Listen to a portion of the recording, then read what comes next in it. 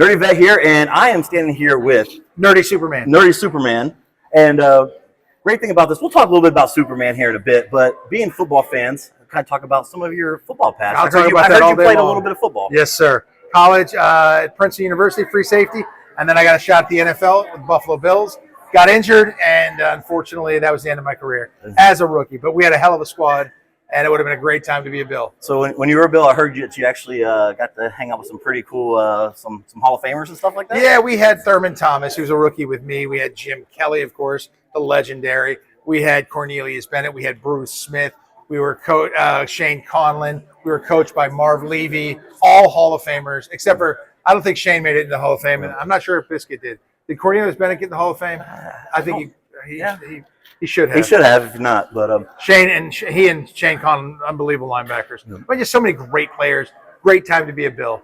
And so will be next year. Will be a great time to be a Bill again because we're finally going to do it. That's tough for us Steelers Josh fans. Josh Allen's now the new Superman. You guys are in a lot of trouble. Yeah, we are. We are definitely in trouble for that. But let's go ahead and talk about, Superman, since you played football, kind of a good role for you there. Yes. When you became, was that something that you casted for? Did you know you were casting for that? And how did that become? Yeah, I knew. So when they said we have a new live-action Superman, I thought this is going to suck.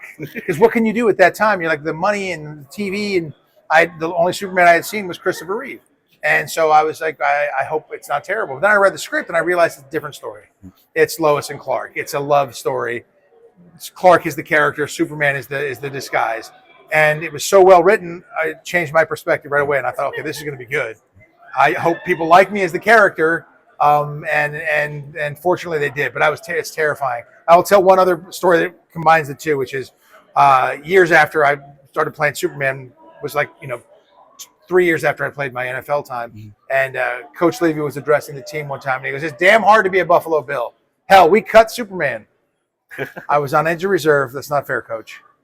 That's awesome. It was true. So, Superman being such an iconic character and stuff, I mean, when did it really hit you that, hey, I'm playing this role as such an amazing superhero? Man, my buddy, when it first happened, he's like, we went skiing like the weekend I got the job because we were on a ski trip plan. And we were going up the lift and it was dead quiet. The snow's falling. And he just goes, dude, for the rest of your life, people are going to call you Superman. What does that feel like? And I was like, I don't know.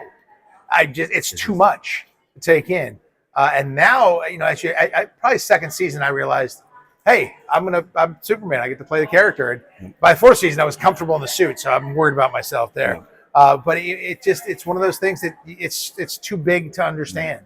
And until you're in the middle of it, you never do. And then it becomes old hat in a weird way. So to get called Superman feels normal to me now.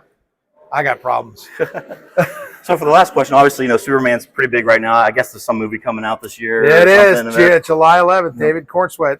So what are your thoughts about that, and how excited are you for this? I'm very excited for it. I think James Gunn has a proven track record of having a sense of humor in the films. The first Guardians of the Galaxy was great, and I've seen the trailer. It looks fantastic.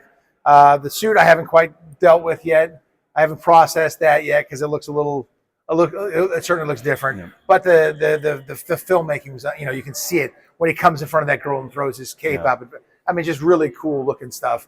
And I think David Cornsweet probably has I saw some little Instagram things where he seems to have a good sense of humor. So I hope that comes through because I think it's really important for the character to have that lighter side to him, be the character of light and hope, and having the dog in there.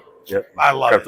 I'm not sure that I thought Crypto would look like that, but that's it, and I buy it. And the dog jumping on him when he's hurt gives it heart and a sense of humor that I hope the whole film. And that's typical because my dog. I know I fell one time and my dog was jumping on me and took a nap. So they really don't. They'll just lay on you, whatever. But it's just unconditional love. And when he says home, the dog knows what to do.